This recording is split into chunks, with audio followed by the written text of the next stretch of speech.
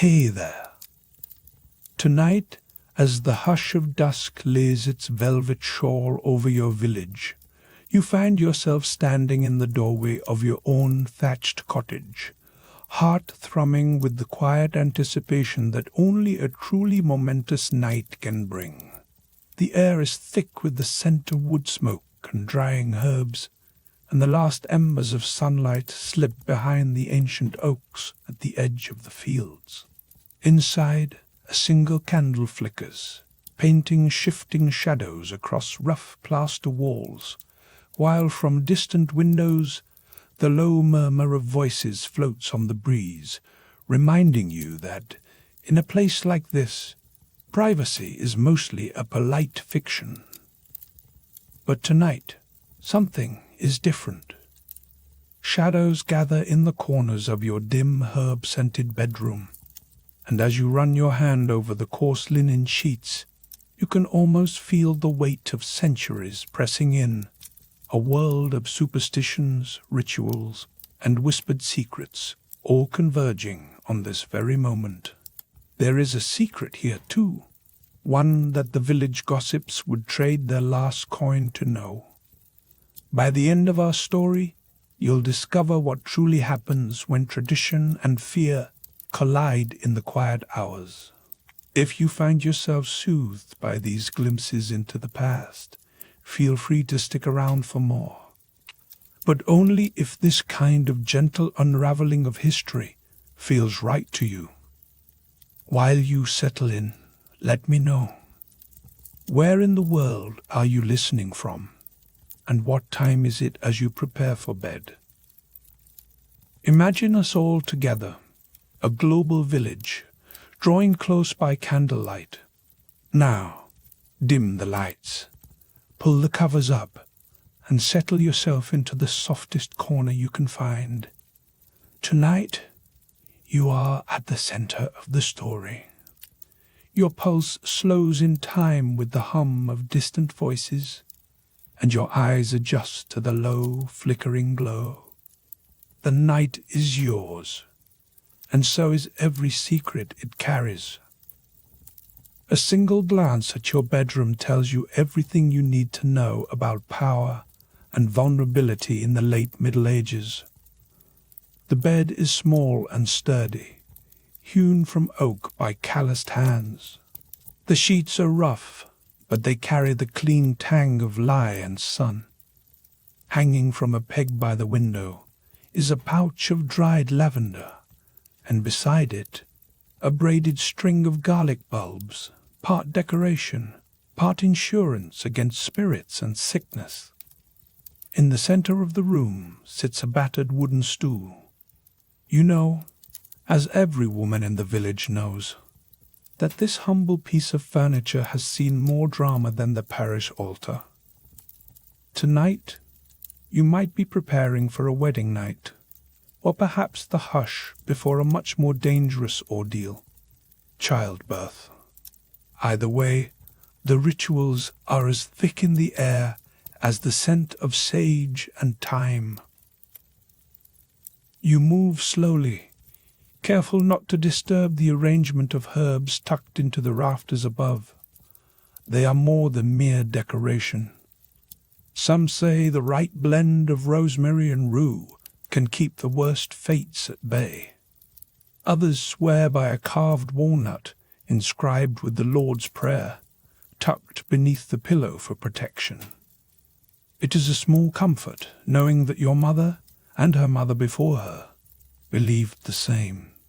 The walnut lies cool and reassuring in your palm, its grooves worn smooth by generations of anxious fingers. Outside, the village green is quiet. The only sound is the occasional bark of a dog or the distant creak of a cartwheel. By this hour, the men are at the tavern or tucked up in their own beds, oblivious to the world of women's work about to unfold behind your shuttered window. The bedroom transforms with the setting sun. Heavy curtains, really just woolen blankets, are pulled over the narrow windows to keep out drafts and prying eyes. The only light comes from a pair of stubby candles, their flames shivering with every breath of air. You feel the warmth of the room grow, thick with anticipation and the faintest trace of fear. If tonight is a wedding night, your thoughts may wander to the expectations that cling to this moment. Marriage in your village is less a private affair than a communal event. Earlier, neighbors pressed their noses to the glass, eager for a glimpse of the bride's blush or the groom's awkward grin. Now, the hush is absolute. Every creak of the bedstead, every nervous giggle, is fuel for tomorrow's gossip. You are not just sharing a bed, you are performing a rite, one that will shape the rest of your life, and perhaps you're standing in the village. But for many, it is childbirth that looms largest, a trial by fire that everyone hopes to survive. In this world, birth belongs to women. Men are banished from the birthing chamber, their usefulness confined to pacing outside, clutching hats and muttering prayers. Inside, the air grows thicker still, heavy with the scent of sweat, fear, and the sharp bite of pennyroyal. The women of your household, sisters, mother, and the village midwife, move about with quiet authority, their voices low and soothing. Birth is their domain, and they guard it fiercely.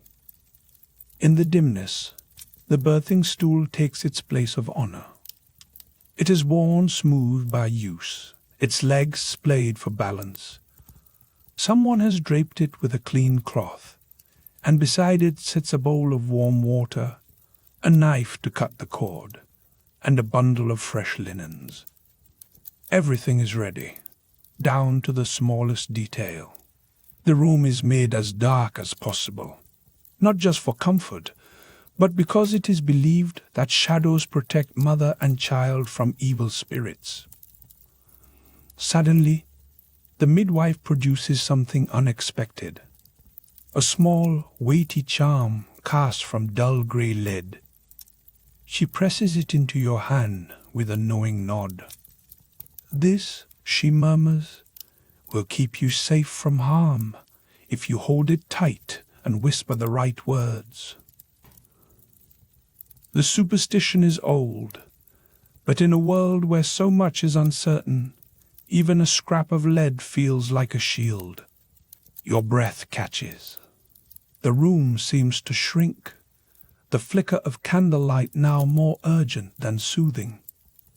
For a moment, you are keenly aware of every sound. The soft rustle of skirts, the quiet encouragement of the women around you, the muffled laughter from the lane outside. In this tiny, herb-thick space, life and death hover closer than you would ever admit in daylight. You glance at the walnut charm, then at the lead amulet, and wonder how many prayers and hopes have soaked into them over the years.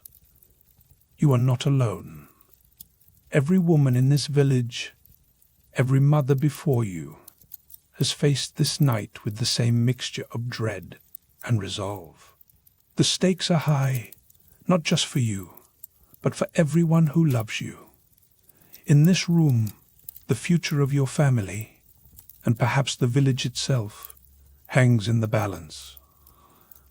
A sudden gust rattles the shutters, and the candle's flame gutters, threatening to plunge the room into darkness. The women pause, waiting to see if the light will hold. The tension breaks with a shared laugh, and someone, your sister, perhaps, offers a piece of bread dipped in honey, a simple gesture meant to sweeten the ordeal ahead. You take it, grateful for the small comfort. For a moment, everything stills. You listen to the crackle of the candle, feel the rough linen beneath your palms, and breathe in the scent of garlic and sage. Outside, the hum of gossip fades. Inside, the world narrows to this room, these women, this night. In the flickering light, you realize that every ritual, every charm, is a tiny rebellion against the unknown. The walnut, the lead amulet, the whispered prayers, they are all ways of saying, I am not powerless. In a world where birth and marriage are as dangerous as they are joyful, these small acts of hope are everything. You shift on the bed, feeling the weight of history settle over your shoulders. The rough linen, the smell of herbs, the steady presence of your midwife, all of it grounds you, even as your mind races ahead to what the night may bring. Tonight, your bedroom is not just a place of rest. It is a battleground, a stage, and a sanctuary.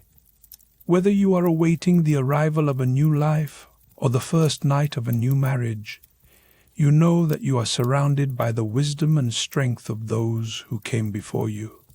The air is thick with the tension between laughter and fear, superstition and hope. Outside, the village sleeps, unaware that the true drama of the night is unfolding behind your closed door. Inside, you steady yourself, ready for whatever comes next. The candle burns low, the herbs sway in the draught, and you wait, caught in the quiet before everything changes. Inside your cottage, the women of your household lean close, their whispers thick with speculation. Early morning in your cottage, with only the faintest blue-grey light squeezing past the wooden shutters, an audience of women gathers, each knowing your business before you do. You are the quiet center of a huddle. Your mother-in-law, hair tied up and eyes sharp as a crow's, your cousin with a mouth forever tilted toward a smirk, and, whether you like it or not, half the women you know seem to be lurking somewhere nearby. Even before you have properly swallowed your first cup of thin ale, you are doubled over the rushes, stomach lurching with the unmistakable retch that will echo through this village for months. Retching in the morning, your cousin announces, is a sign as old as the hills. You wonder if it is not simply the taste of yesterday's garlic soup come back for one last hurrah. But the women nod, pursing their lips, as if this is the most reliable omen in the world, far more accurate than any learned physician, and certainly more dramatic. No secret survives the dawn in a village like yours. The air, thick with the tang of drying thyme and the faint, sweet, sour whiff of last night's fire, carries every whispered word. Your mother-in-law, always the authority on the body, insists on inspecting your urine. She crouches over the wooden bowl, peering at the surface, as if expecting to read your fate in the bubbles, the color, or perhaps the faint swirl of something indeterminate. If she detects a curious yellow tint or a ring of foam, she will declare you with child, no matter how you might protest, that it simply looks like urine to you. There is, in fact, a whole catalogue of secrets to be divined from these bodily signs. Is the urine pale? Expect a daughter. Dark? A son, perhaps, if the saints are kind. The smell is also a matter of lively debate, though you would rather not linger too long on that point yourself. It is not science precisely, but it is certainty, at least for the audience in your bedroom, who are all experts in the subject of other people's pregnancies.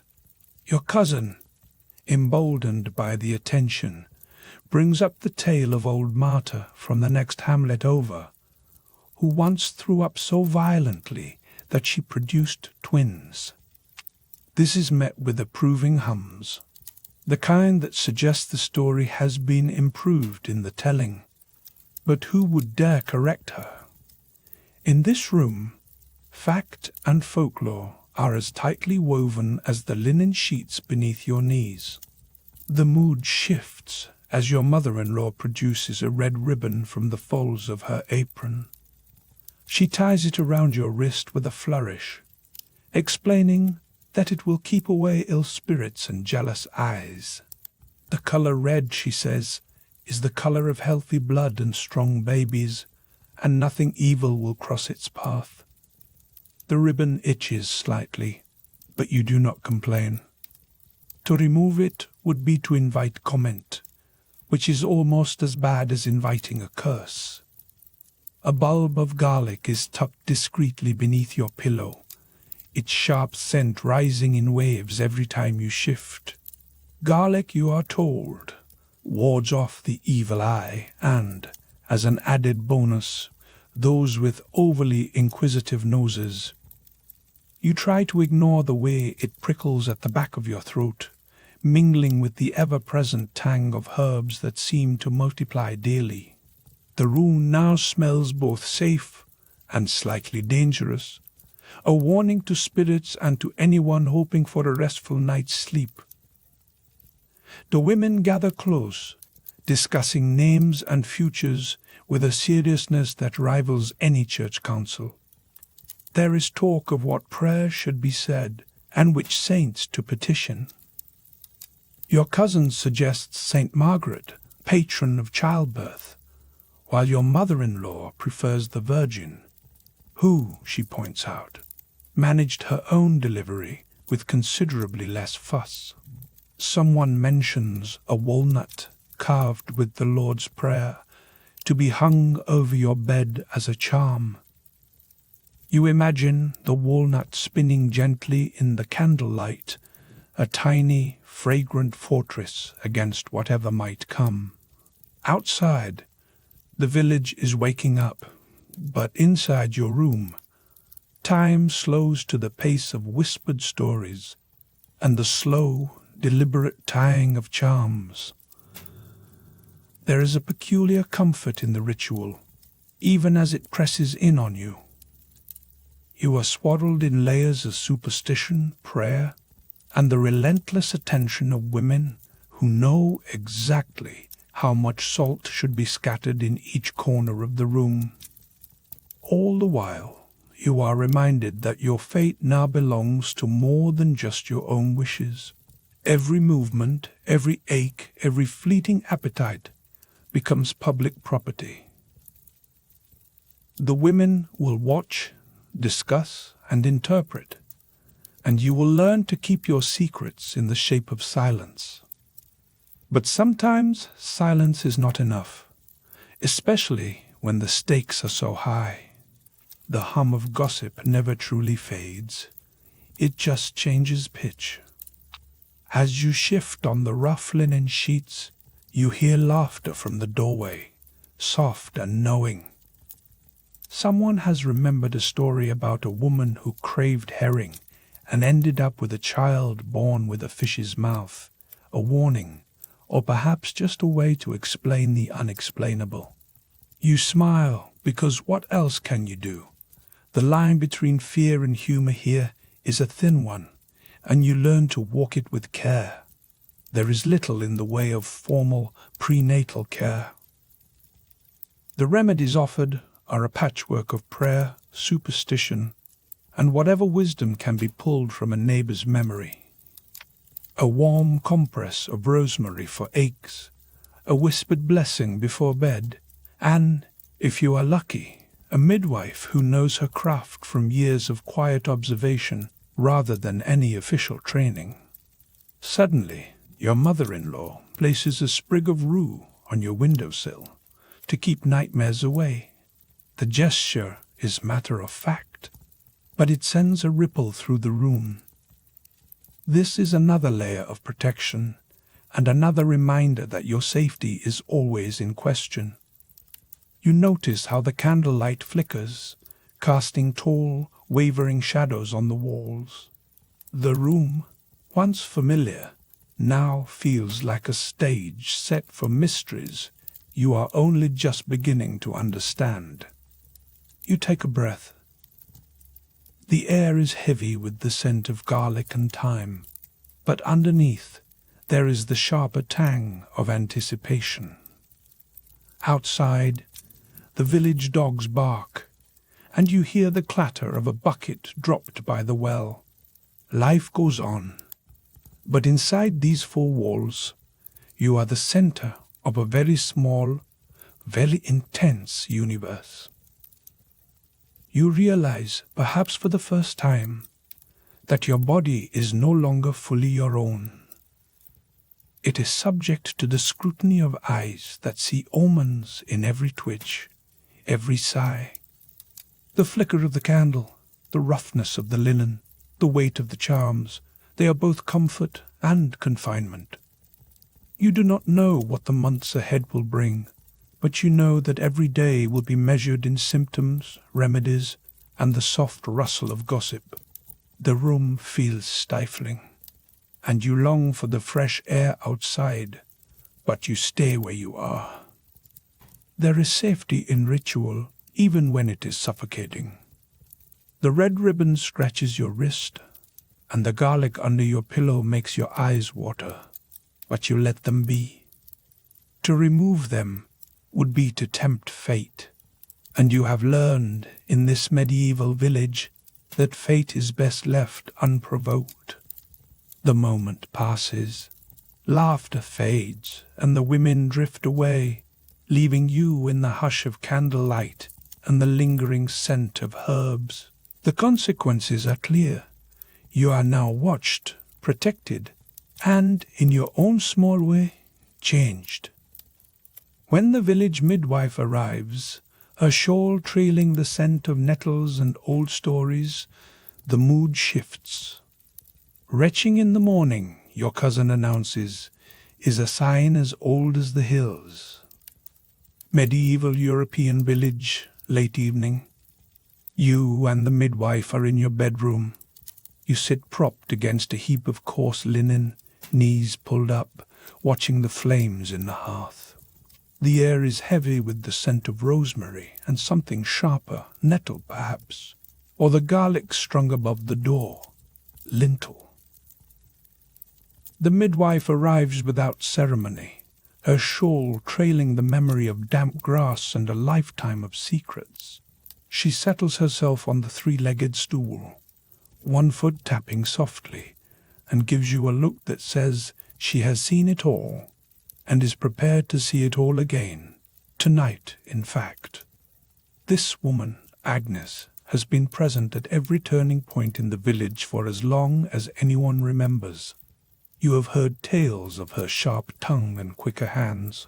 Agnes is the keeper of recipes for fever, the only one who knows which neighbor's cow is truly barren, and who has opinions about the mayor's second marriage that she will gladly share if you ask, though she rarely needs prompting. In her presence, you are both the center of attention and a temporary guest in the ongoing story of the village. Agnes is half healer, half chronicler, and wholly the authority tonight. You wonder if she will tell this story later, changing the details just enough to keep it interesting. As the fire flickers low, the room fills with other women. Your mother, your cousin, a neighbor who brings a bundle of lavender and a nervous laugh.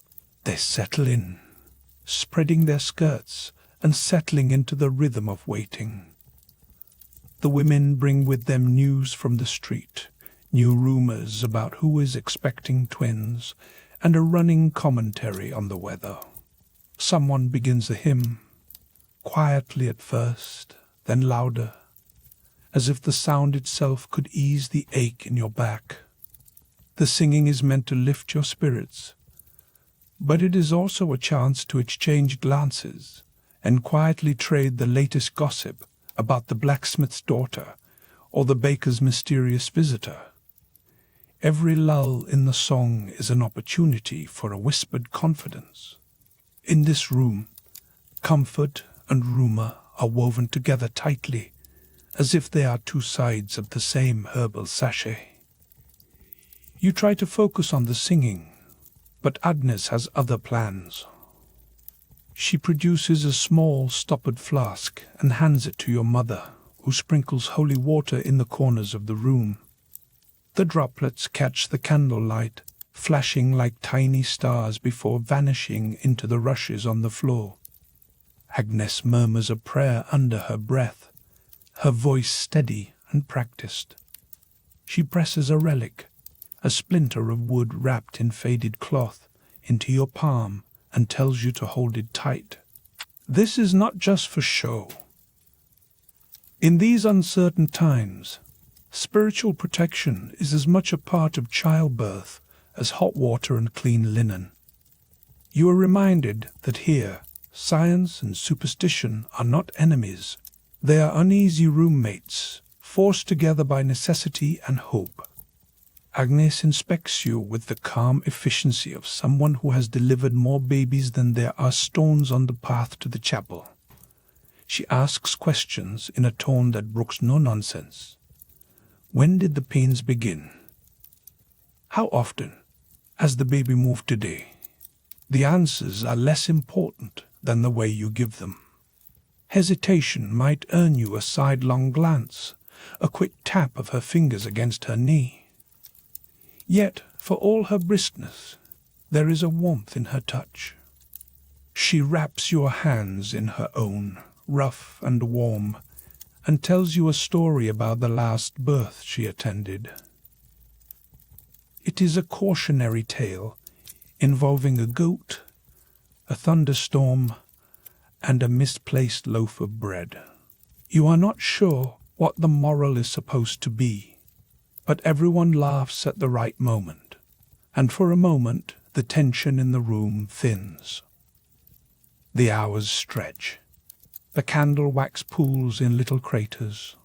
The women trade positions, sometimes massaging your back, sometimes fetching more water, always returning with a new story or a bit of advice. You are reminded, over and over, that you are not alone. This is a communal effort, a performance as much for the benefit of the watchers as the watched. In medieval villages, the midwife is not simply a medical presence. She is the hub of local news, the original social network. Suddenly, Agnes leans in and announces that it is time for a new ritual. Someone hands her a bowl. She dips her fingers in holy water and flicks it gently over your belly. The cold makes you shiver, and she nods, satisfied, as if this is proof of your readiness. This moment, the sprinkling, the whispered blessings, the pressing of relics against your skin, is meant to ward off evil, to remind you that the unseen world is always watching. It is also a performance for the gathered women, who respond with a new wave of humming and whispered prayers. Agnes's methods might seem unscientific to a modern eye, but here, in this candle-lit room, they are the closest thing to certainty you have. Her knowledge is earned, not learned, from books, but from years of watching, listening and remembering what worked and what did not. You realize that her authority comes not from paperwork or parish records, but from the quiet trust of the women who call on her. In this village, experience is the only diploma that matters. A lull follows, filled with the soft sound of someone brushing the rushes with her slipper, the creak of the stool under Agnes, and the occasional burst of laughter at a story, told just a bit too loudly. You are suspended in a kind of waiting, time measured not by clocks, but by contractions and the slow guttering of the candles. The air is thick with anticipation and the scent of thyme and old wool. Then Agnes suddenly calls for silence. She listens, head cocked, eyes narrowed. There is a moment when the only sound is the crackle of the fire. She nods once, then instructs everyone to sing again. This time a different hymn, a favorite of her own, she claims, and she is not above hinting that it brings good luck in difficult births. You notice that the mood has shifted, the atmosphere now taut with expectation. The change in ritual is a signal. The birth is moving to its next stage. You feel the weight of everyone's attention settle back onto you, both a comfort and a pressure. This is the moment you realize that the midwife's role is not just to deliver the baby, but to shape the story that will be told about this night. Every gesture, every word, is a thread in the tapestry of village memory. If you sneeze at the wrong moment, or cry out too soon, that detail will find its way into the next market day conversation. The stakes are not just your health, but your dignity, your place in the intricate web of rumor and reputation. In a world where privacy is a luxury, the midwife is both your greatest ally and your most attentive audience. When the time finally comes, Agnes is all business. She instructs you to push, her voice calm and reassuring, as the other women close in, hands ready to help, eyes wide with excitement and fear. The room contracts around you, the outside world falling away until there is only this circle of women, the flickering candlelight, and the rough linen beneath your back. The moment is at once ancient and immediate. You are both yourself and every woman who has ever given birth in this village. The baby arrives in a rush of sound and heat, and Agnes catches the child with hands that seem to know exactly what to do. The women exhale as one, relief and joy mingling in the warm air. The midwife wraps the child in a square of linen and places the baby at your breast, nodding in satisfaction. In this time and place, immediate breastfeeding is expected, a sign of health and devotion, as much for the watching women as for the hungry infant. For a moment, the room is quiet, save for the soft suckling of the baby and the gentle laughter of the women. The midwife wipes her hands on her apron and begins to tell a new story, one that you suspect will be repeated for years to come. You feel the lingering tension dissolve, replaced by the slow, unsteady glow of accomplishment. In the dim light, you can almost forget the aches and the fear. You are at the center of a ritual older than the village itself, surrounded by women whose presence is both shield and spotlight. The story of this night will follow you, woven into the fabric of village memory. Outside, the sky is paling. Inside, the flickering candles cast long shadows that seem to whisper of new beginnings. As your belly grows, so do the rituals. Your chamber, late afternoon, with your aunt and the neighbor fussing over you as sunlight struggles through oiled parchment. The air is thick with the scents of garlic and lavender, and your belly, now unmistakably round, draws more attention than a royal decree. You have become the center of a quietly humming universe, one that orbits around your every step, sigh, and craving. Your aunt, who has seen more births than she can count on her work-worn fingers, ties a red ribbon snugly around your wrist. Her touch is gentle but purposeful, as if the knot itself could tether you to safety. The ribbon's color is supposed to ward off the wandering eye of evil spirits, or perhaps just the wandering eye of old men in the square. No one is entirely clear on the science, but no one is willing to risk skipping it either. The charm feels both comforting and slightly ridiculous, like wearing a helmet to bed just in case the thatch roof gets ideas during the night. The neighbor, Agnes, arrives with a small basket of dried mugwort and a stern warning: do not, under any circumstances, step over the family dog. She stands in the doorway, arms folded, as the hound in question, old, lumpy, and completely uninterested, snores by the hearth. According to Agnes, stepping over a dog in your condition will twist the baby's soul, or, at minimum, guarantee a stubborn streak that not even a bishop could exorcise.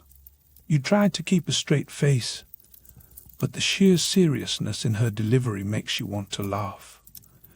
Instead, you nod solemnly and shuffle around the dog as if you are avoiding a sleeping dragon. Above your bed, garlic bulbs dangle from the rafters, their sharp scent mingling with the more delicate notes of lavender and mugwort. Each new addition to your personal herbarium is explained with a flurry of whispered logic. Garlic keeps away wicked spirits, lavender soothes the nerves, and mugwort is said to ease the pangs of labor. The overall effect is less boudoir and more market stall after a thunderstorm, but you are told it will help. You lie back against rough linen, feeling the weight of generations' worth of caution pressing down as tangibly as the feather-stuffed mattress. Every day brings a new ritual. Your aunt instructs you to rub a pinch of rue and fennel between your palms before sleep, the scent sharp and slightly bitter.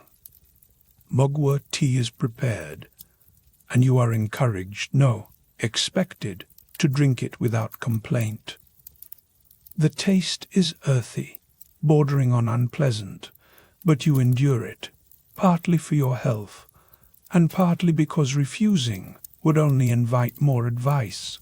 Herbal remedies are the closest thing to medicine in your world, administered as much for peace of mind as for any proven effect. Outside, rumors swirl faster than the wind. The village women eye you with a mixture of envy and concern, whispering about which superstitions you've observed and which ones you've neglected. There is a quiet pressure to get it right, to follow the unwritten script. The wrong step, a missed herb, a forbidden glance at the moon, could tip fate against you.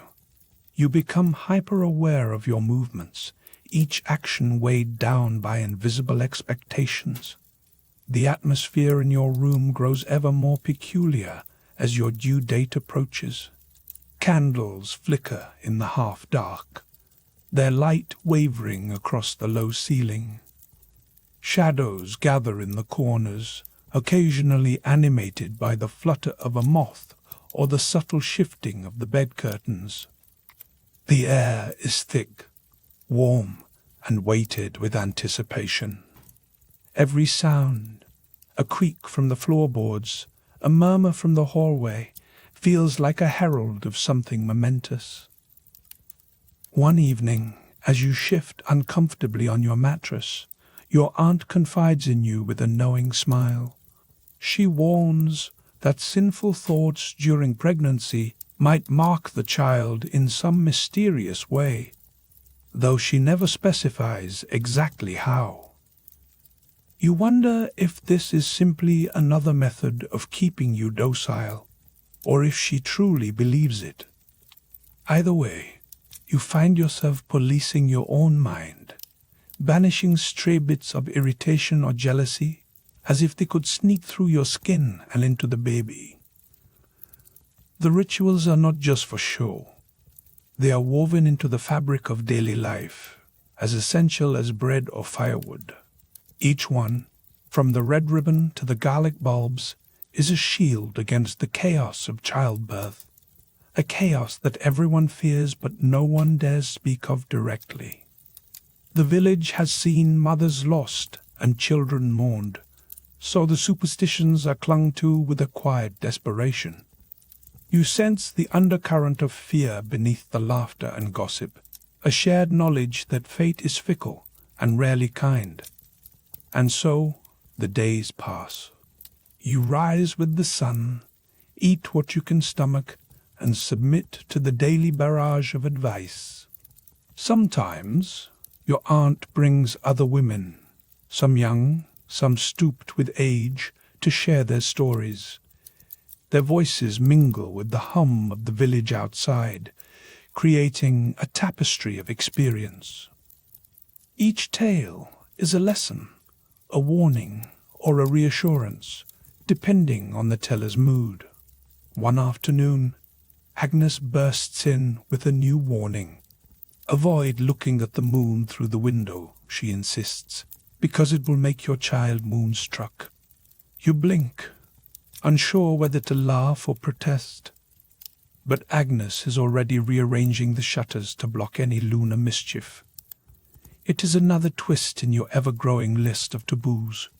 You comply, not because you believe, but because it is easier than arguing. The consequence is a room that grows darker and more mysterious. The world outside blotted out for your own supposed safety. In this dim, fragrant nest, time slows. The days blend together, marked only by the rhythm of rituals and the occasional new superstition. The rough linen chafes your skin, but it is a small price to pay for the illusion of control. The candlelight, always wavering, seems to echo your own nervous anticipation. As your belly grows heavier, you begin to sense a change in the atmosphere. The laughter in the room grows softer, the gossip more hushed. Pain relief, you know, will be limited to the herbs and whispered prayers your aunt offers. There will be no miracle draught, no physician with a bag of tricks. The birthing chamber, your own bedroom, now transformed, will become a theatre of hope and fear. You glance at the garlic and lavender above your bed, the red ribbon at your wrist, and the ever-watchful neighbor by the door. Each object, each person, represents a line of defense against the unknown. For all the rituals, the outcome feels as uncertain as ever. Still, you find a strange comfort in the repetition. The rituals may not guarantee safety, but they offer something like courage.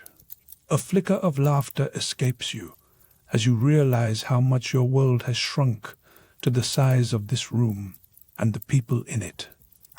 The smell of garlic, the scratch of linen, the constant, low murmur of advice. These are your companions now. Every superstition, no matter how odd, is an attempt to tame the wildness of life and birth.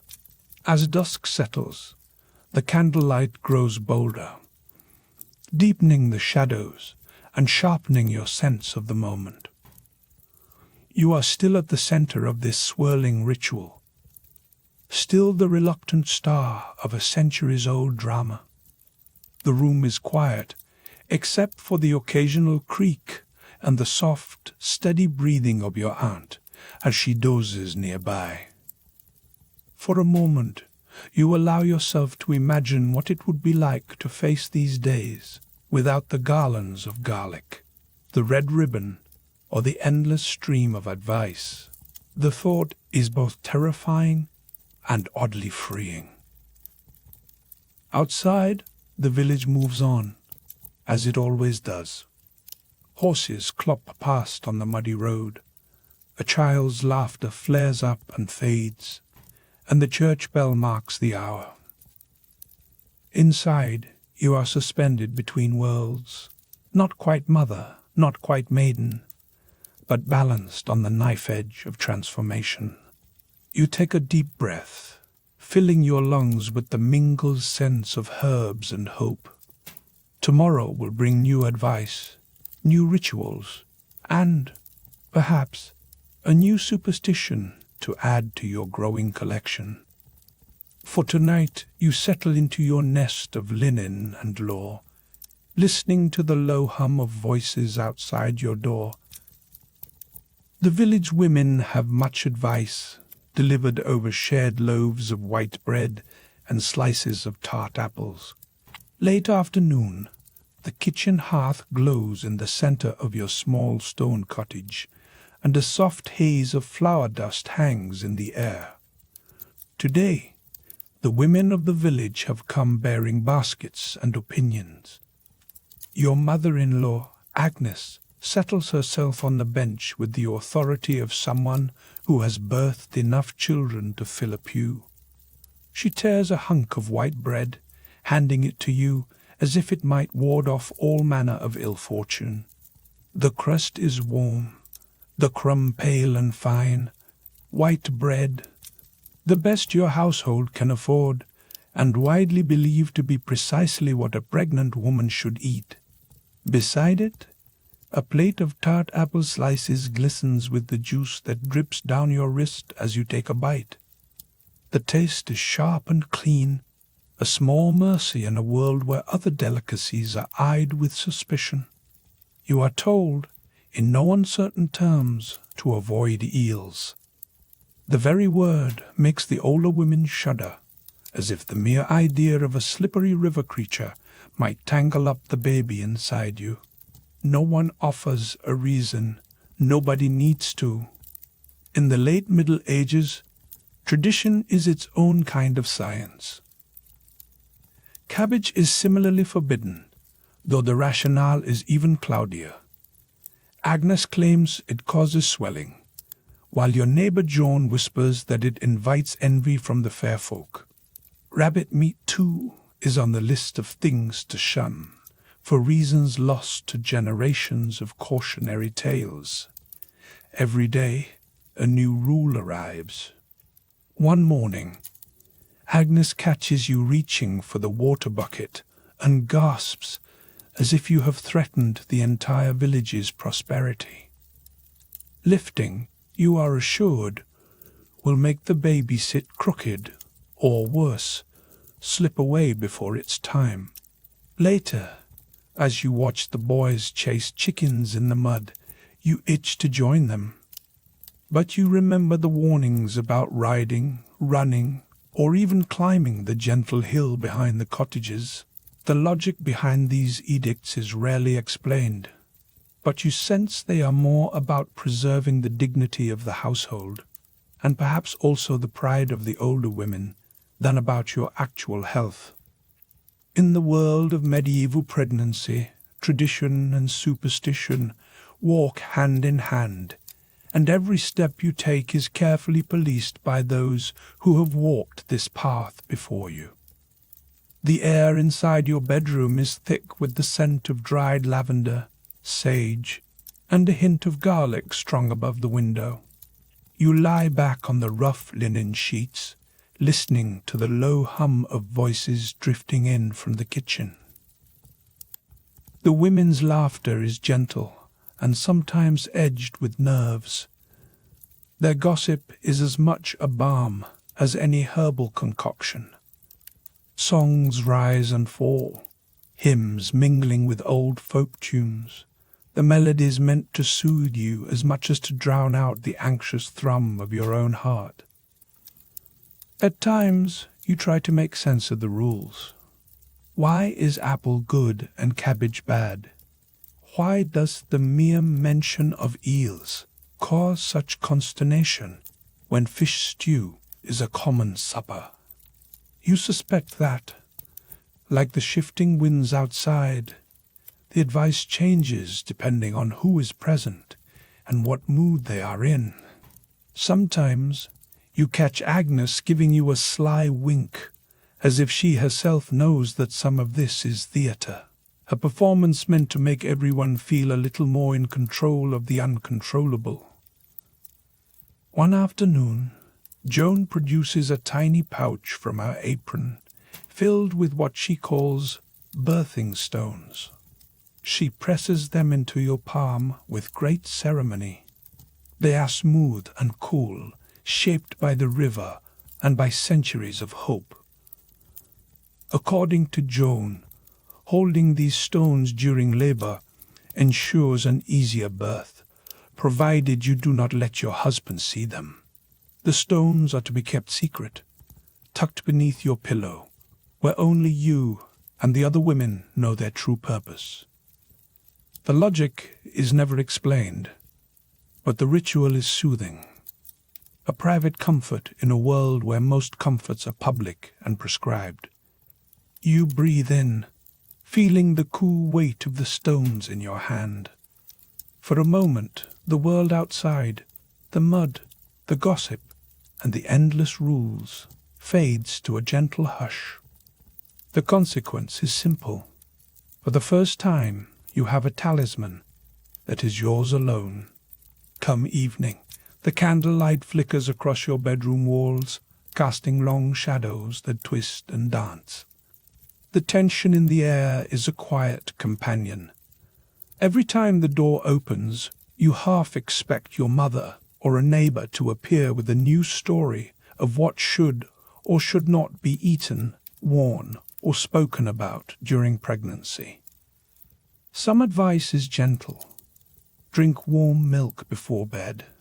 Avoid cold draughts. Rest often. Others are more dramatic. Avoid mirrors, lest you tempt fate. Never speak the baby's name aloud, in case jealous spirits overhear. The men, meanwhile, are conspicuously absent from these gatherings. Occasionally you hear a muffled laugh from the alehouse or the clatter of dice in the barn, but they are not permitted in the birthing chamber, or even in the bedroom during these conversations. Childbirth in this village is strictly women's work, a realm of secrets and solidarity, where knowledge is passed hand to hand, loaf to loaf, like the white bread you nibble each morning. Sometimes, as you listen to the women's stories, you imagine a world where pain is dulled by a gentle hand or a whispered promise of relief. But there are no anesthesiologists here, no epidurals waiting in some distant apothecary. Instead, you are offered prayers, compresses, and the rough comfort of linen twisted between your fists. The midwife, a stern but kind-eyed woman named Edith, assures you that pain is part of the rite. She speaks of suffering as a badge of honor, a test you must pass to join the lineage of mothers stretching back through the centuries. Another twist arrives as dusk settles. Edith brings out a small wooden bowl filled with honey and a pinch of powdered ginger. She tells you to taste it, saying the sweetness will bring good luck and an easy birth.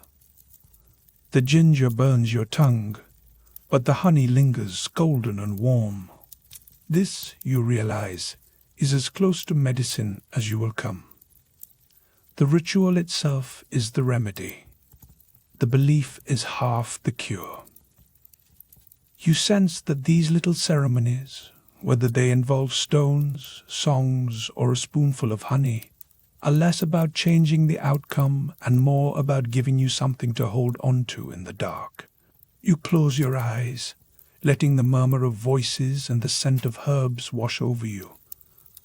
The stakes are never far from your mind. Every superstition, every whispered warning, is a reminder that your health, your dignity, and your future rest on forces only partly within your control. The village's eyes are always watching, their expectations as heavy as the stones beneath your pillow. Still, there is laughter, always a flicker of it, even in the most anxious moments. Someone snorts over a memory of a neighbor who ignored the rules and delivered twins, both red-haired and squalling, to the astonishment of the whole parish. Tonight, as the candle gutters and the women's voices fade, you lie awake, tracing the outline of the birthing stones beneath your head. The linen itches, the garlic tang lingers, and the hum of the day's gossip echoes faintly. Despite the rules and the rituals, You feel almost ready for whatever comes next. The world outside remains unpredictable and wild, but inside your dim, herb-scented bedroom, you are surrounded by ancient comfort and the solidarity of those who have come before. One quiet morning, you feel the first flutter deep within, a moment the midwife calls quickening. Your family's cottage, late spring, you and your mother inside while the village stirs awake outside the shutters. Quiet comes over the room the moment you notice it, a gentle flutter, deep and unmistakable, as though some small fish has turned in your belly. The midwife, Agnes, calls it quickening, and for a heartbeat, even the morning swallows outside seem to hush. You are not alone in your body anymore, and now everyone can act as if it's truly real. Your mother, practical and devout in equal measure, has been waiting for this sign. She leans in, her hands cool and sure, and sprinkles holy water from a chipped pottery bowl across your swelling stomach. The droplets tickle your skin, and she murmurs one of those prayers that seem half Latin, half hope. An old superstition, perhaps, but here, ritual is comfort, and comfort is in short supply. The air in the bedroom is thick with the scent of rosemary and garlic, hung to ward off evil. You lie back on the rough linen, pressed flat from years of washing, and let the sensations roll over you. The holy water beads up, then trickles sideways. In the corner, a candle guttering on the chest throws your shadow against the wall, making your belly seem larger, rounder than just last week. Your sister-in-law, Marta, pokes her head in. She offers a knowing smile, the kind that makes you wonder if she's counting the months since your wedding night. Every woman in the house seems to be holding her breath. For a moment, the world narrows to the candle's flicker, the hush of footsteps in the corridor, and the low, constant buzz of whispered gossip just out of earshot. Of course, the midwife has already declared your pregnancy weeks ago, but not with any tools you'd recognize. There was the careful examination of your urine poured into a clear glass and held up to the window's light. Agnes peered at the color, the bubbles, and, most alarming, the smell. Her brow furrowed in concentration. No one mentions this part in the market square, but everyone knows. If your water looks golden and clear, it's a good sign. If it's cloudy or smells sharp, the midwife's face might cloud as well. You remember the moment your mother-in-law pressed a tiny pouch of dried mugwort into your palm. She whispered that it would keep your dreams sweet and your baby safe. You tucked it under your pillow, unsure if you believed her, but not quite willing to risk it. After all, the line between medicine and magic here is as thin as the breeze that rattles the shutters at night.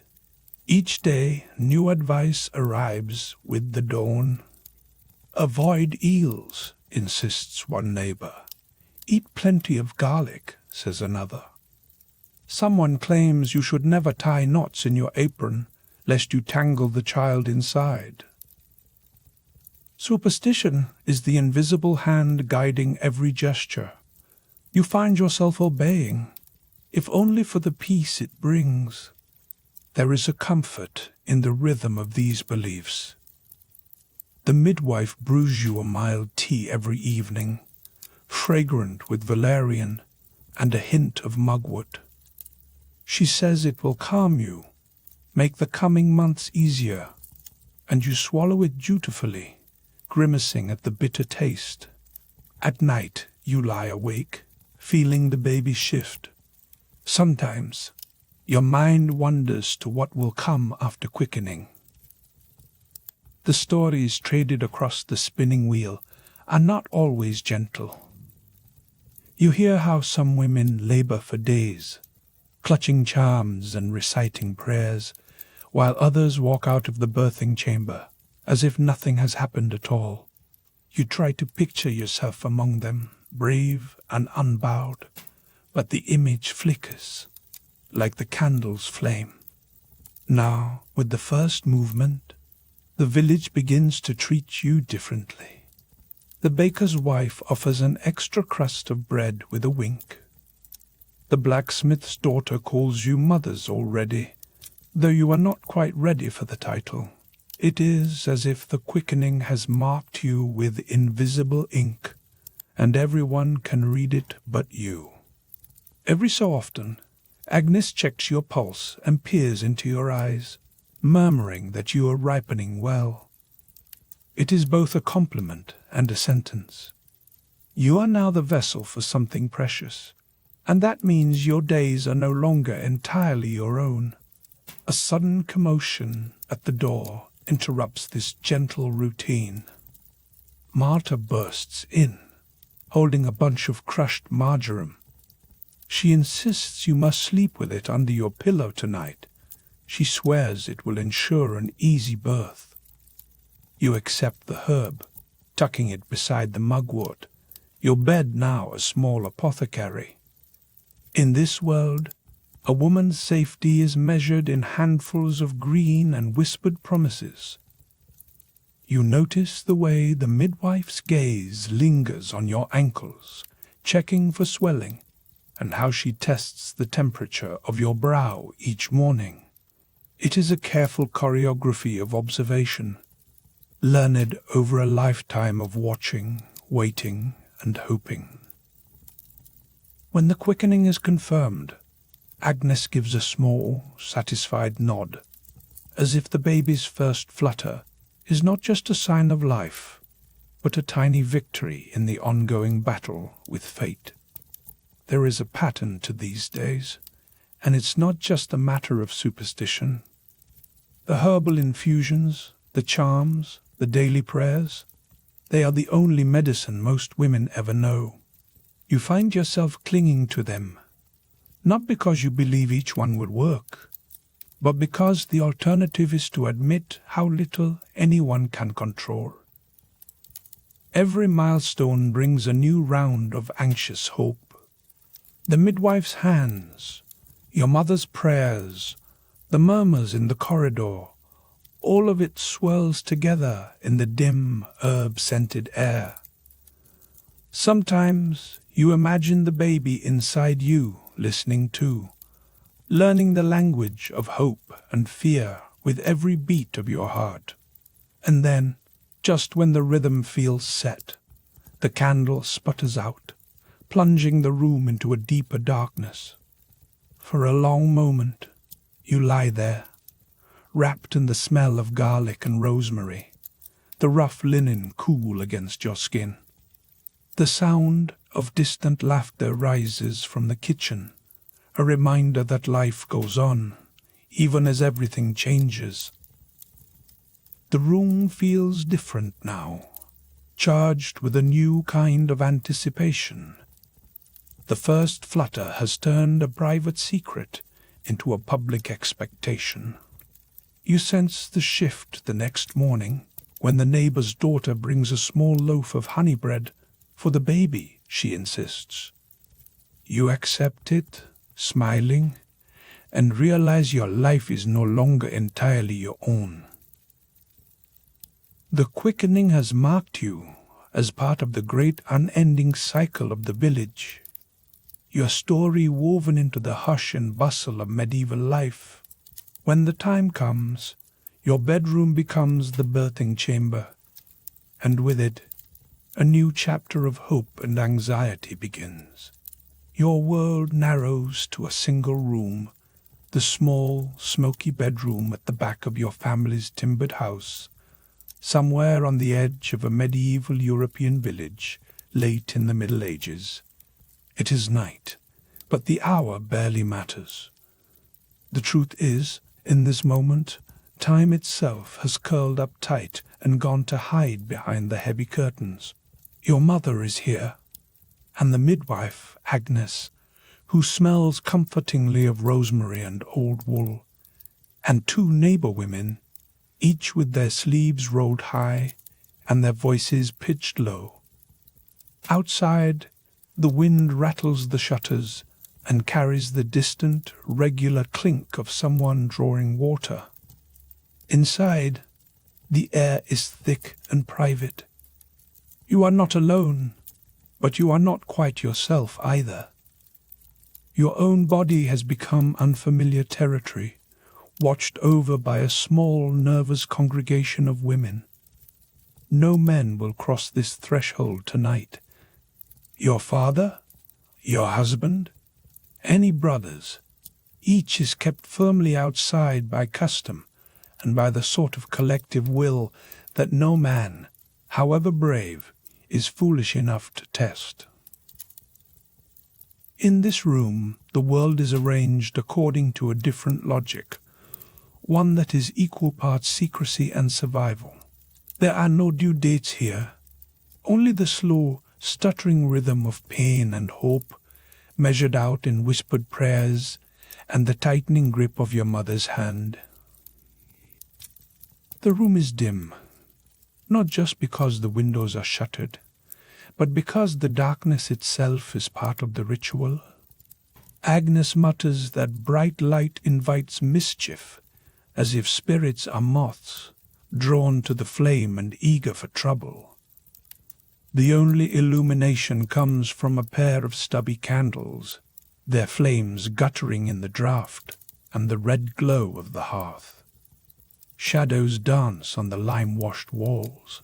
The air tastes of burning sage, of bitter mugwort, and the sharper tang of garlic hung in fat, papery braids above the door. These are not just for flavor. Here, every scent is a ward against things you cannot see and do not wish to name aloud. At the center of the room, the bed has been stripped of its usual coverlets and remade with rough linen sheets. Beneath the pillow, someone has slipped a small scrap of cloth embroidered with the curling script of a prayer to Saint Margaret. Her name is whispered often tonight. Saint Margaret, patron of childbirth, who once burst forth from the belly of a dragon, is called upon to help you do much the same. The words are chanted softly, sometimes barely more than a hum, threading through the air like a secret promise. There is work to be done, and everyone knows their part. Your mother fetches a basin of water, lukewarm, with a sprig of mint floating on top. The neighbor women strip and twist linen into lengths for binding. Agnes inspects her tools, such as they are: a wooden-handled knife, a comb, a worn rosary. Each item has been washed, or at least wiped clean, and laid out in a precise order. There is a bottle of holy water, too, which she sprinkles at the threshold, and again over your brow, just in case any wandering spirit is listening. For added insurance, the midwife produces a tiny relic, a shard of bone, she claims, from a saint's finger, wrapped in homespun and tied with blue thread. She tucks it beneath the mattress. No one asks questions about its provenance. In this room, faith is as important as skill. The process is governed by ancient wisdom, some of it closer to guesswork than science. Agnes is very keen on humours. She asks, not for the first time, whether you have felt more heat or cold in your belly, whether you crave vinegar or honey, and whether your dreams have been of water or of fire. She is listening for clues, sifting your answers for signs that your bodily fluids are in balance. It is believed that too much black bile or too little phlegm can tip the scales in favor of peril. If only you could simply order a new batch of humours, the way you might call for more bread from the kitchen. But alas, the body is a mysterious sort of bakery. Through it all, the women's voices rise and fall, sometimes low and soothing, sometimes brisk and practical. There is gossip, of course, about who did what at the last fair, about whose cow has gone dry, about the midwife's missing shoe. There is laughter too, though it comes in brief, nervous flurries, like birds startled from a hedge.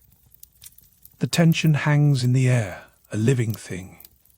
You are caught between two worlds, the familiar comfort of these women's company, and the unknown that waits just beyond the next contraction. And then, just as you are adjusting to the rhythm of the room, Agnes calls for a pause. She pulls the curtains tighter, so not even a sliver of moonlight can slip through. The room feels smaller, the air heavier.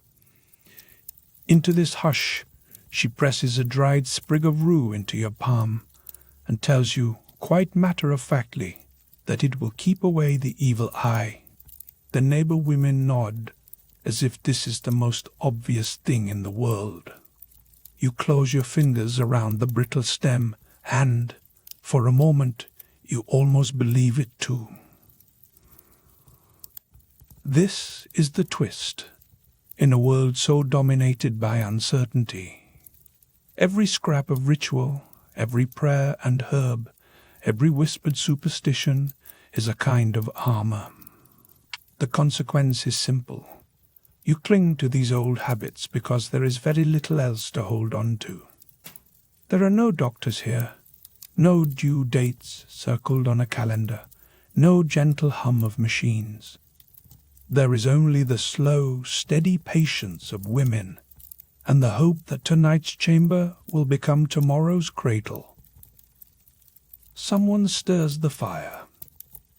The room flickers again between light and shadow, and the scent of burning sage sharpens in your nose.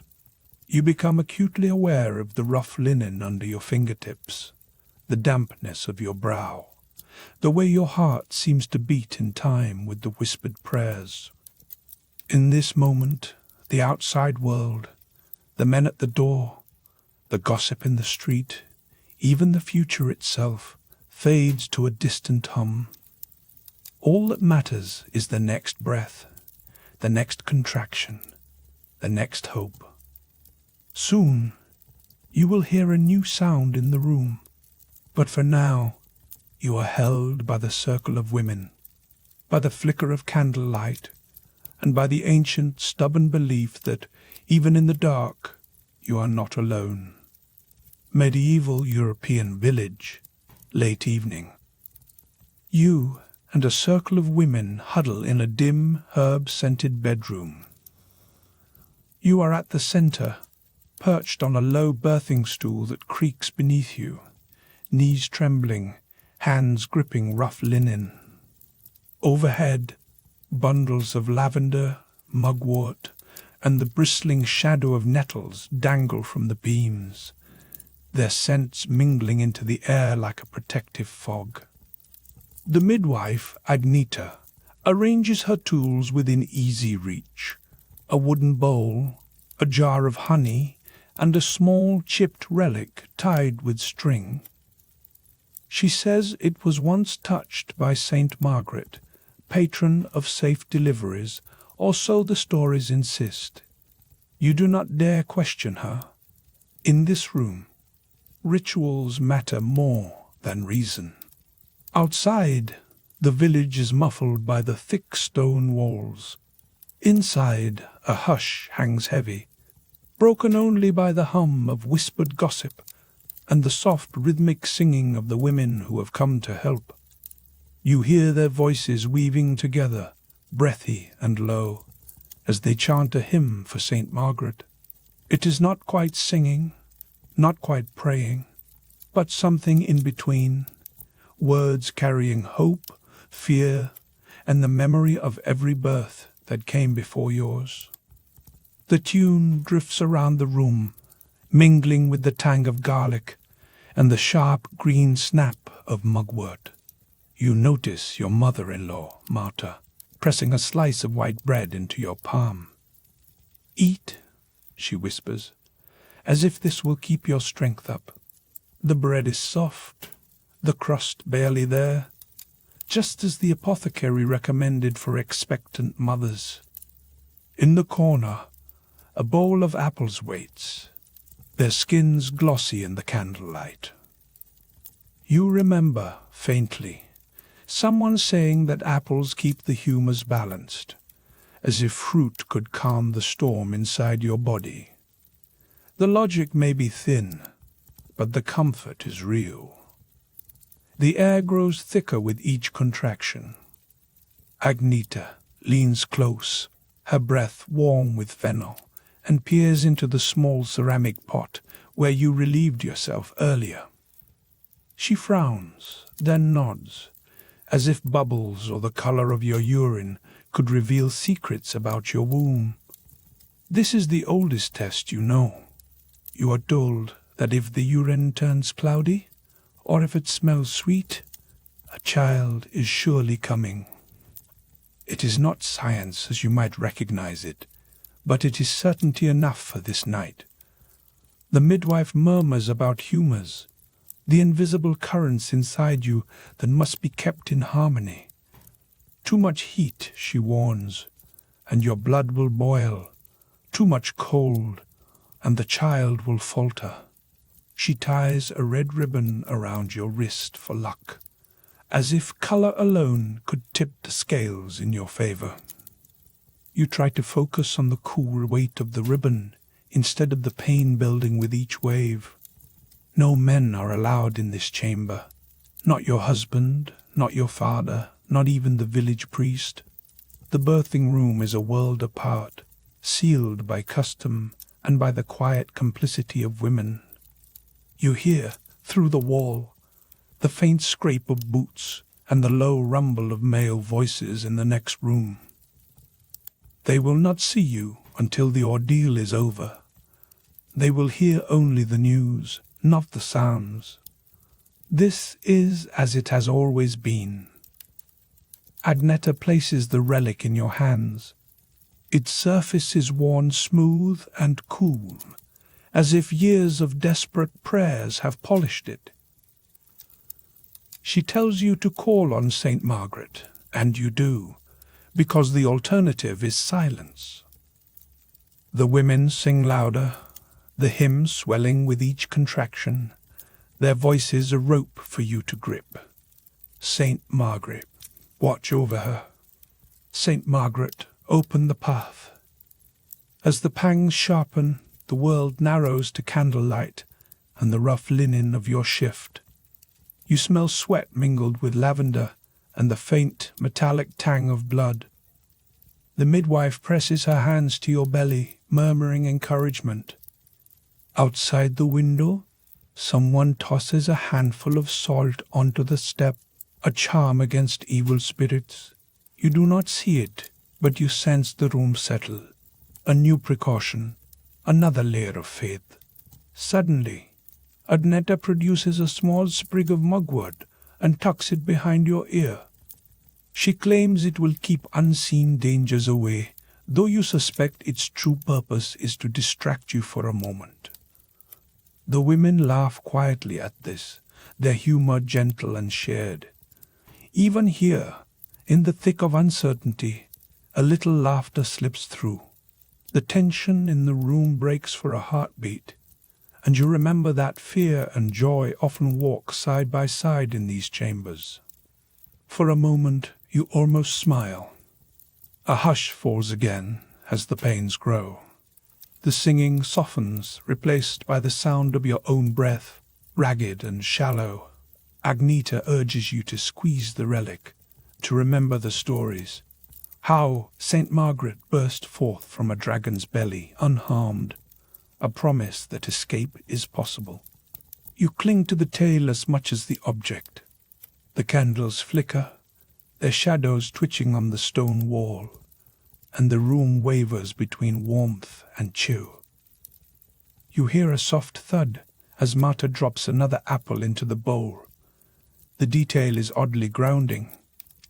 As you focus on it, you realize how little separates superstition from comfort in this place.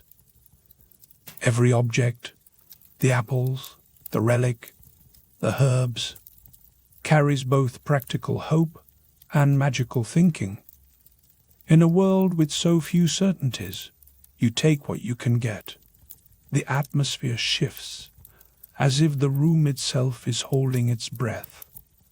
Agneta wipes your brow with a cloth dampened in lavender water. The scent fills your nose, calming you just enough to keep going.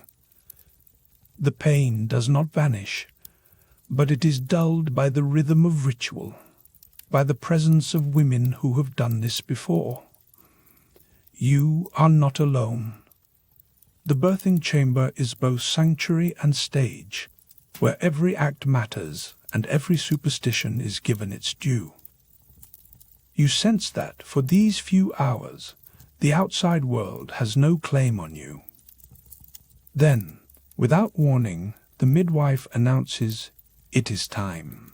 The women gather closer, their faces intent in the golden glow. You brace yourself, clutching the relic and the edge of the stool as the next wave begins. Somewhere nearby, a girl hums a lullaby under her breath, the melody curling through the air like smoke. The sound is oddly soothing, a reminder that this room, for all its fear and ritual, is also a place of beginnings. Everything changes in that instant. The fear grows sharper, but so does your resolve. The birthing room, with its flickering candles and herb-laden air, closes in around you. Outside, the world waits. Inside, you cross the threshold between what was and what will be. Midnight, the year 1473. In the low glow of a candle-lit chamber, you are surrounded by the familiar faces of women from your village, your mother, the midwife Agnes, and two sturdy neighbors who have seen more births than feasts. The air shivers with the scent of rosemary and garlic, meant to ward off evil, but mostly thickens the warmth clinging to every surface.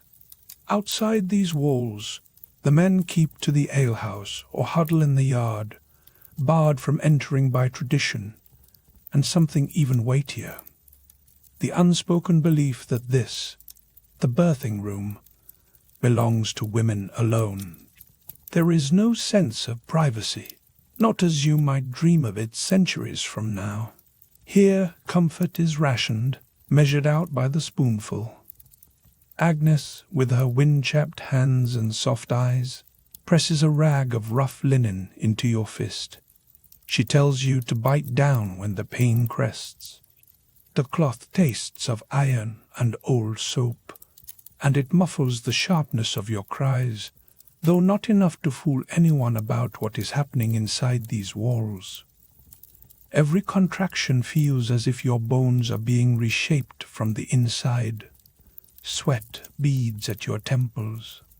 The fire in the hearth throws shadows that jitter and leap, dancing with the rhythm of your breathing.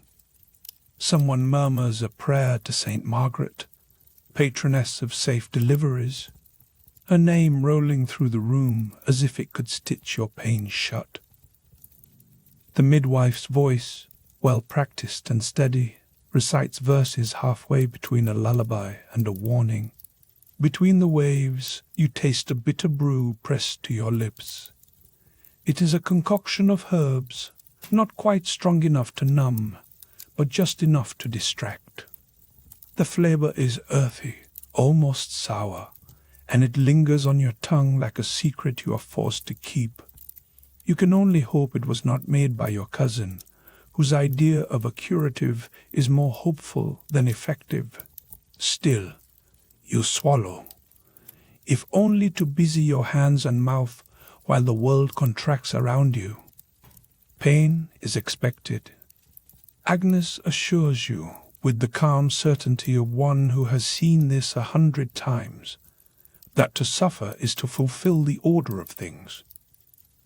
The village priest has said as much, that Eve's legacy is pain. And so your labor is not just a test of flesh, but of soul. Each spasm is a kind of prayer. Each gasp a confession. There is no promise of relief, only the knowledge that others have survived it before you, and that you are meant to do the same. The chamber is close and low, the ceiling hung with bundles of dried sage and yarrow, their scent sharp as memory. Someone sets a small pouch in your palm, stitched from faded wool. Inside, you feel the odd dry lump of a toad, long dead, now a fragment of someone's hope for an easier birth. Agnes ties the pouch to your belt, explaining that it will keep your womb balanced. You want to laugh, but the urge is strangled by the next contraction. A fresh candle is lit. The shadows shift again. The women exchange glances, their faces lantern-lit and solemn. The room vibrates with the hum of whispered gossip, stories of births gone well and badly, of children born during storms or under unlucky moons. You try to focus on the flicker of light, the texture of the linen beneath your fingers, the way your mother strokes your hair in the pauses. Each small mercy is counted, hoarded like coins in a miser's purse. Then, as if the air itself is holding its breath, the midwife produces a sliver of bone wrapped in cloth. She places it on your brow, her fingers cool and practiced. It is a relic, she says, the finger of some forgotten saint. You are not convinced, but no one dares question its power out loud. If nothing else, it gives the women something to do, a small act to fill the helplessness that hangs as thick as the incense smoke. The pain does not so much recede as transform, shifting from sharp peaks to a grinding, persistent ache. At one point, you are told that you have quickened the moment you first felt the baby move, that unmistakable flutter deep within. It was weeks ago, but the memory returns now, a sign that life might yet win out against all this suffering. A breath of cool air slips in from the door, just as a neighbor brings in a fresh cloth and news from the street. The village is quiet, she says, save for the bark of a distant dog and the chime of the church bell marking the hour. The outside world feels impossibly far away, as if you exist in a pocket of time carved out by pain and anticipation.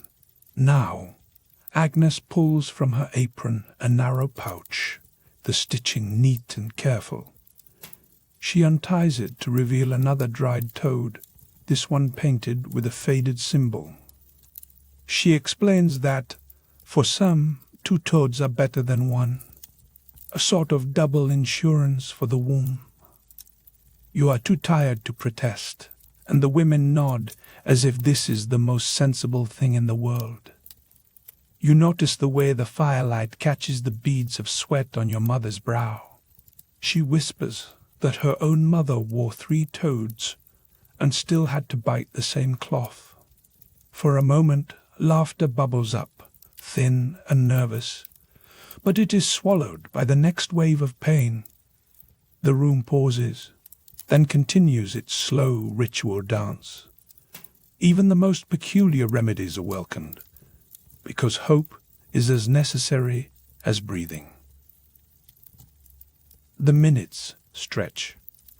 The sensation of pain settles into your bones, becoming almost familiar.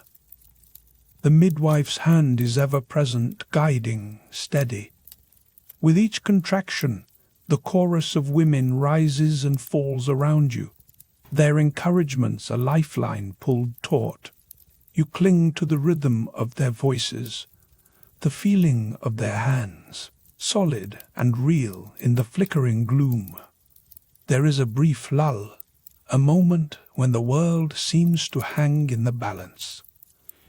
You remember stories told in the marketplace of women who walked the fields the very next day, and others who did not rise at all. The stakes are never spoken, but they are written in every face around you. The future, your health, your dignity, your place in the village depends on what happens in the next few breaths. The linen sheets beneath you are damp, and the sharp tang of herbs mixes now with something metallic. Agnes wipes your brow again and murmurs that the relic must remain in place. The air is heavy with incense, but beneath it all you catch the faint, unmistakable scent of fear. It is not your fear alone. It is communal, as much a part of the ritual as the prayers and the relics. Outside, the bell tolls again, marking another hour lost to labor. The midwife glances at the window, then at you. She reassures you that you are strong, that St. Margaret is listening, that the toads are surely doing their work. You nod, because what else is there to do? In this medieval village, belief is sometimes the only medicine available, and every woman present is a witness to its power, for better or worse. The room has shifted from anxious anticipation to the raw, suspended tension before something irreversible. You grip the edge of the bed, the rough linen scratching your palm. The next contraction builds like a storm, and the collective breath of the women draws in, tight and silent. The hum of gossip falls away, replaced by a focused, electric quiet.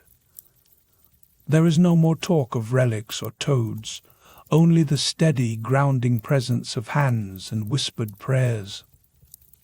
Then, just as the pain crests once more, the chamber is pierced by a new sound. It is sharp, insistent, and wholly unfamiliar. A wail that splits the hush of the room like dawn splitting night. You have reached the threshold. The suffering has not ended, but the world has changed.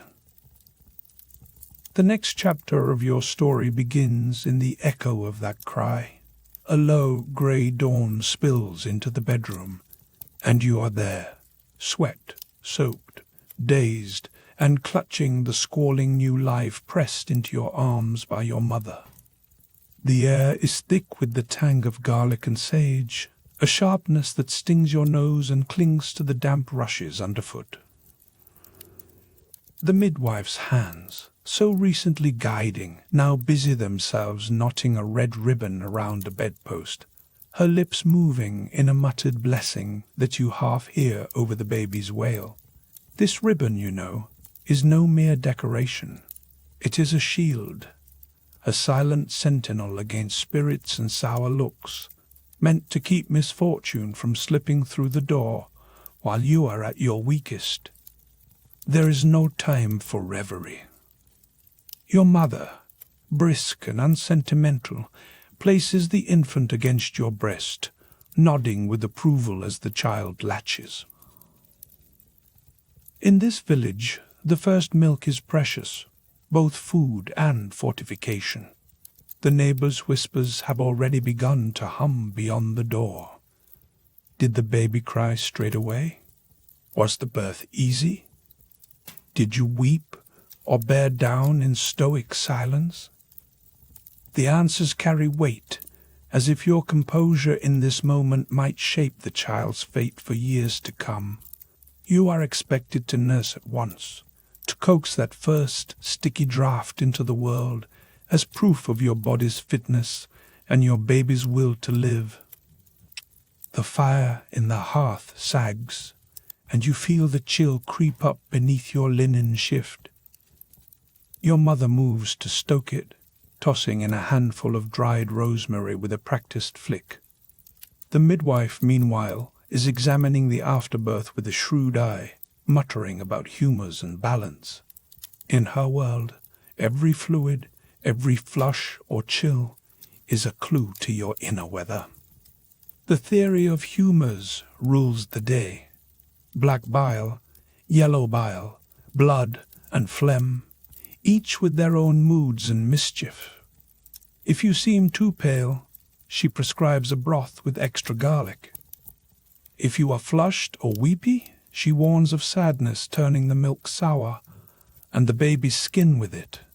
You try to stay cheerful, if only to avoid the risk of a sickly child. Your aunt, bustling in with fresh water, gives you a knowing wink. She tells you that a happy mother makes a plump, contented infant, and you nod, though your bones ache and your mind drifts in and out of waking. Sleep is a luxury now, rationed out in scraps between the baby's cries and the demands of the household. The linens must be rinsed and boiled, the hearth watched, the broth simmered just so. Your hands, raw from scrubbing, move with automatic memory. No one expects you to rest for long. New life is a marvel, but so is a clean floor and a well-tended fire. Outside, the gossip travels faster than the morning sun. The neighbors tally the signs. Was the first cry strong? Did the cord knot easily? Did the garlic keep the evil eye at bay? These are not idle questions. In this place and time, the line between blessing and calamity is drawn with charms and habit.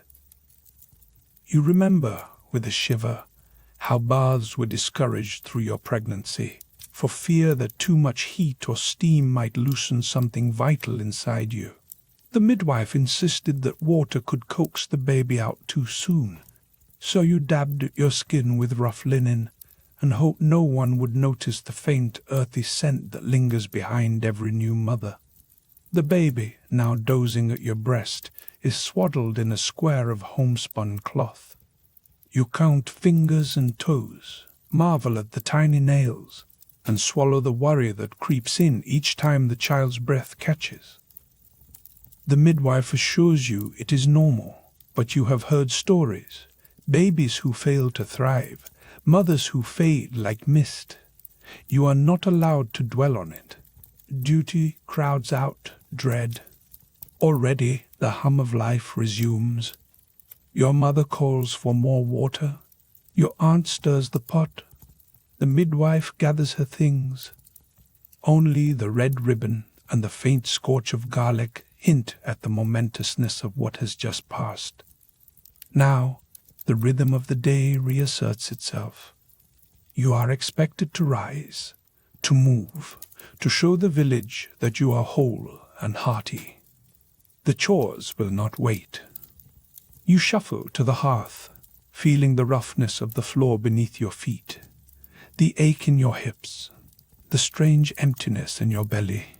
The fire snaps, and for a moment you are just another villager, not a miracle worker.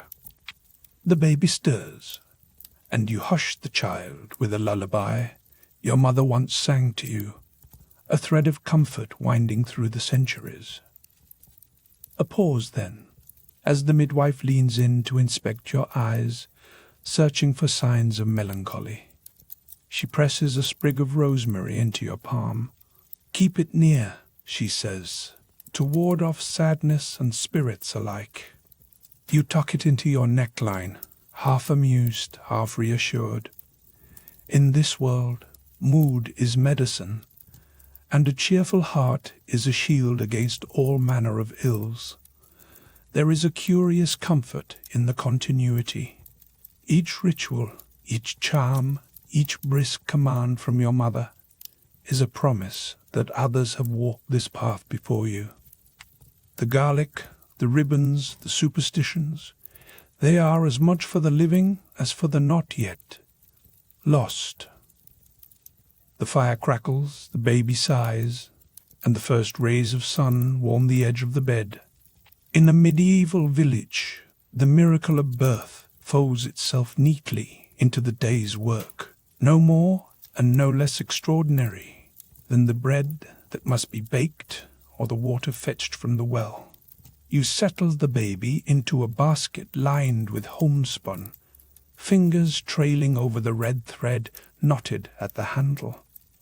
The air is quieter now, scented with herbs and the faint metallic tang of new life. You catch your breath, and for a fleeting moment you allow yourself to marvel. You have done what was expected. The world has not stopped, but shifted. Another day begins, as ordinary and as astonishing as any before. On another night, the bedroom is transformed again, this time for your wedding. Night folds itself around the village, late in the Middle Ages, and you find yourself standing at the threshold of a newly prepared bedroom. The air inside is a mix of cooling hearthstone and the sharp, familiar tang of garlic. Someone has thoughtfully tucked a clove beneath your pillow, a small insurance policy against misfortune and, perhaps, evil spirits. The sheets are fresh, rough against your palms, and the linen smells faintly of lye and last summer's sun. You can almost hear the village holding its breath outside these walls. Tonight, the room has been transformed. This is not the cramped cot where you spent your childhood, nor the draughty guest space where your aunt once snored through a thunderstorm. No. Tonight, it is a wedding chamber, yours. The flicker of candlelight throws gentle shadows across the beams overhead, softening the edges of the world. Your new spouse stands at your side, and neither of you is quite sure what to do with your hands. There is a low hum still lingering in your ears, the memory of laughter and nervous singing from the feast earlier. You are alone, but only technically. The walls, made of wattle and daub, are not known for their discretion. The village gossips will measure the morning's mood with a precision that would shame any steward. If you rise smiling, you will find the path to the bakehouse swept clean. If you emerge silent, you will meet a silence in return, thick as porridge. You are both actor and audience in a ritual that is as public as it is private.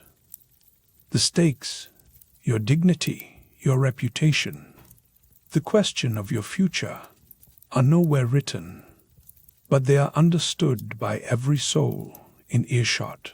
You sit down on the edge of the bed, fingers tracing the seam where the sheets meet. Your spouse, Anna, glances at you, and then away, her cheeks flushed with the warmth of wine and the weight of expectation. The two of you have only spoken in earnest once, over a basket of early apples. Now, the distance between you is measured in heartbeats. The garlic under the pillow is there for luck, but also in the back of your mind to ward off the sort of calamities that no one names aloud. The room holds the scent of herbs, sage, a little lavender, and something sharper, tucked into the rushes on the floor. These are not just for fragrance. In this village, every milestone comes with its own bouquet of superstitions. The wedding night is no exception. You have heard the stories. A sprig of rue for fidelity, a pinch of salt to keep away envy, and, if you are lucky, a walnut carved with the Lord's Prayer hidden in the bedstead. That walnut, they say, carries a blessing for fruitfulness, though you suspect it also makes an excellent talking point if the conversation lulls. You lie back, blinking up at the ceiling, and try to steady your breathing. Somewhere beyond the window, a dog barks. Someone coughs, and you imagine the old women in the next cottage, their ears pressed to the wall, eager for the first hint of news. The candle wavers. Anna reaches for your hand. Her palm is cool, her fingers trembling just a little. You squeeze gently, a silent pact that whatever comes next, you will at least attempt it together. For a moment, you remember the stories told by the fire, the whispered warnings, the advice doled out with a wink and a solemn nod. Some of it seems practical enough. Wash the sheets, say a prayer, eat well. Some of it, less so. You recall your mother's voice, soft but urgent, advising you to keep a clove of garlic close, not only for luck, but to keep away the fever that sometimes follows a wedding night. You have no idea if it works, but the smell is oddly comforting. There is a gentleness to the moment that surprises you. You had expected more ceremony, perhaps a parade of relatives with advice and knowing looks. Instead, it is quiet, almost ordinary.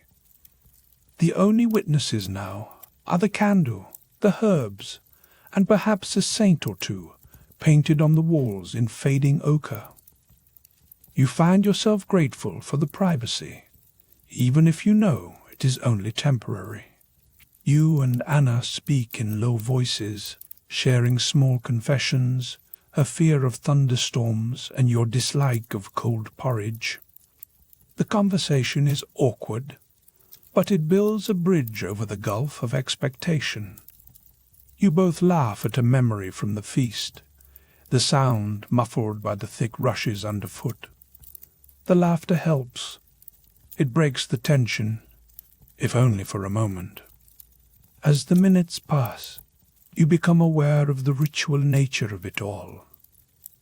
Marriage in this time is not just a union of hearts, but a contract written in customs and enforced by the curious eyes of your neighbors. You recall how, earlier in the day, a midwife named Magda pressed a small walnut into your palm. She told you it was carved with the Lord's Prayer, a charm for protection and fertility. You thanked her, tucking it away with a seriousness you did not entirely feel.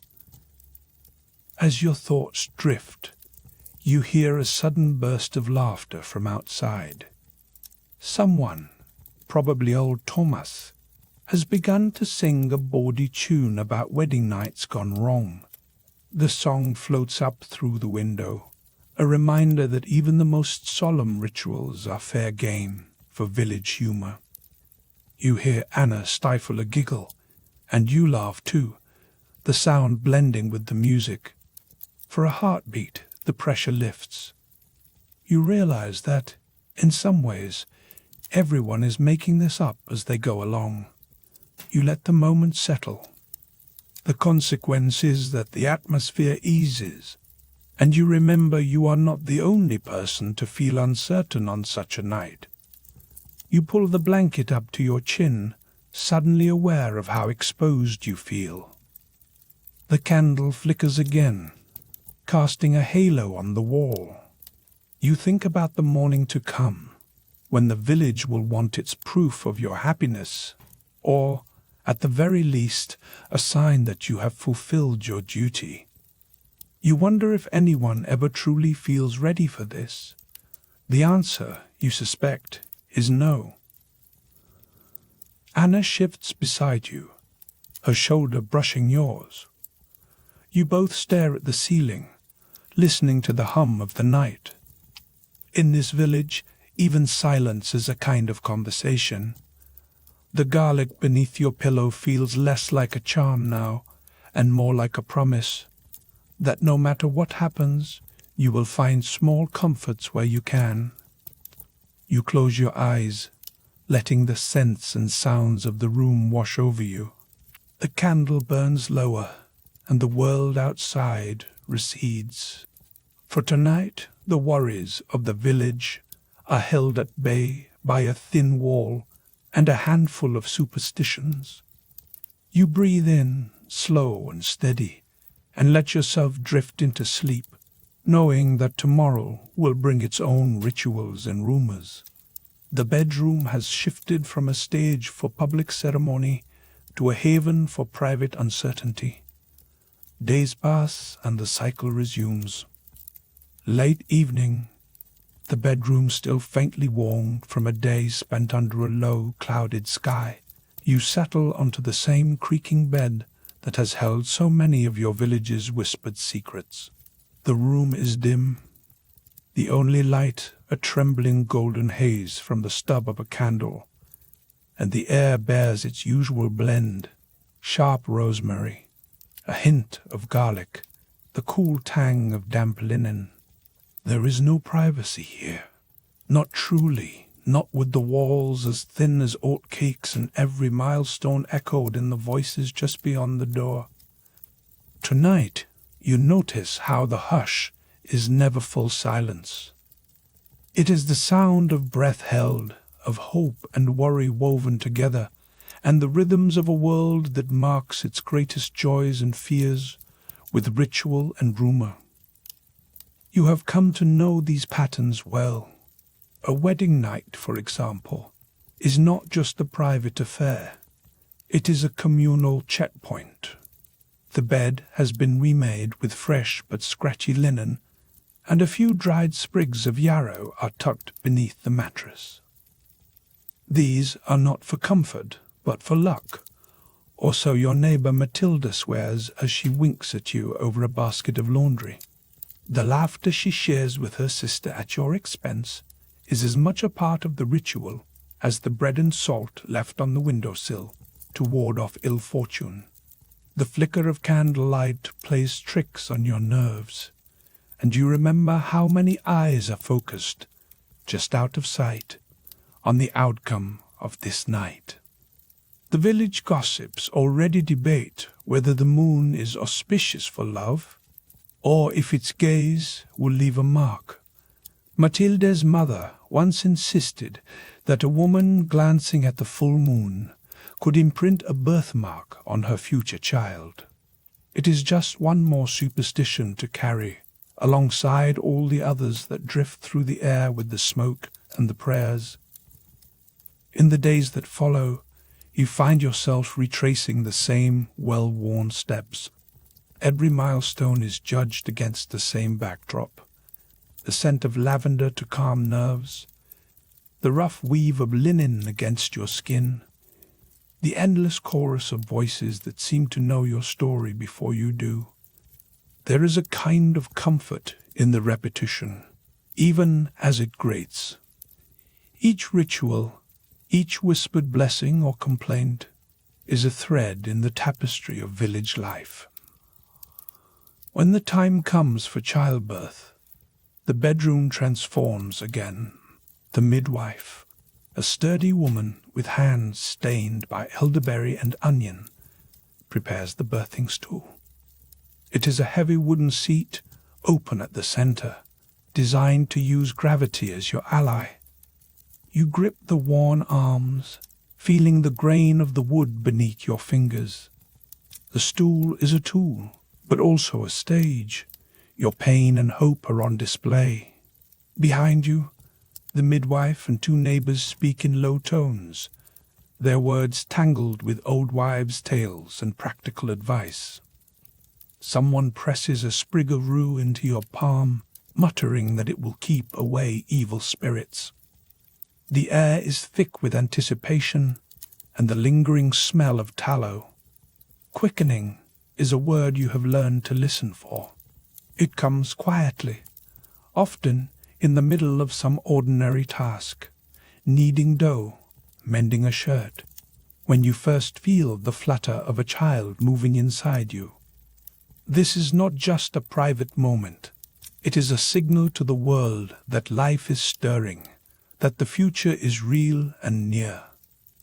The news will travel through the village before you have even told your closest friend, carried by the same hum of gossip that fills every corner of the village. Now comes the warning, as the midwife insists you look away from the window. She warns that the moon's gaze is powerful tonight, and she does not want your child bearing its mark. You suppress a smile at the earnestness in her voice, but you comply, staring instead at the dancing shadows on the wall. For a moment it feels as though you are being protected by a spell, or perhaps just by the force of a well-told story. This is how superstition becomes comfort.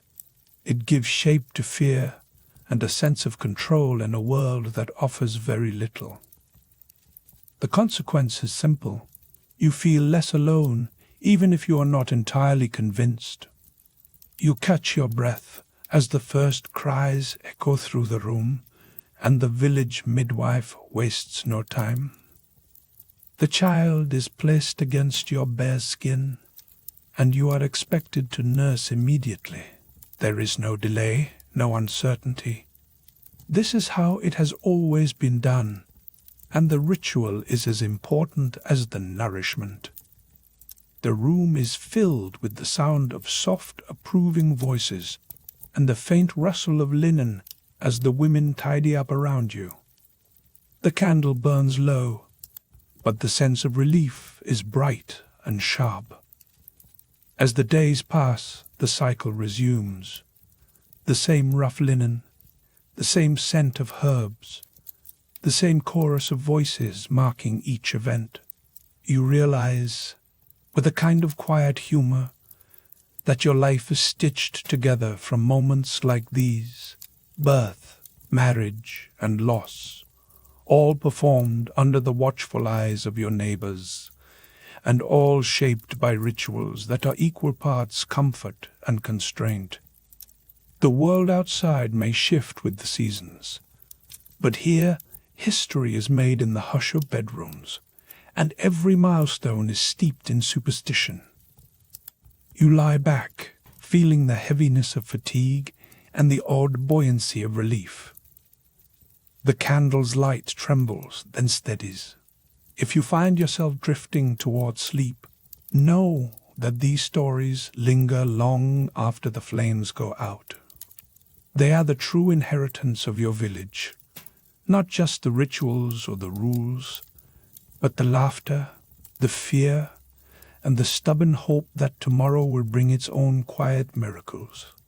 And so, in the hush that follows, you surrender to rest, cradled by the memory of every whispered tale and the gentle certainty that, in this small world, you are never truly alone.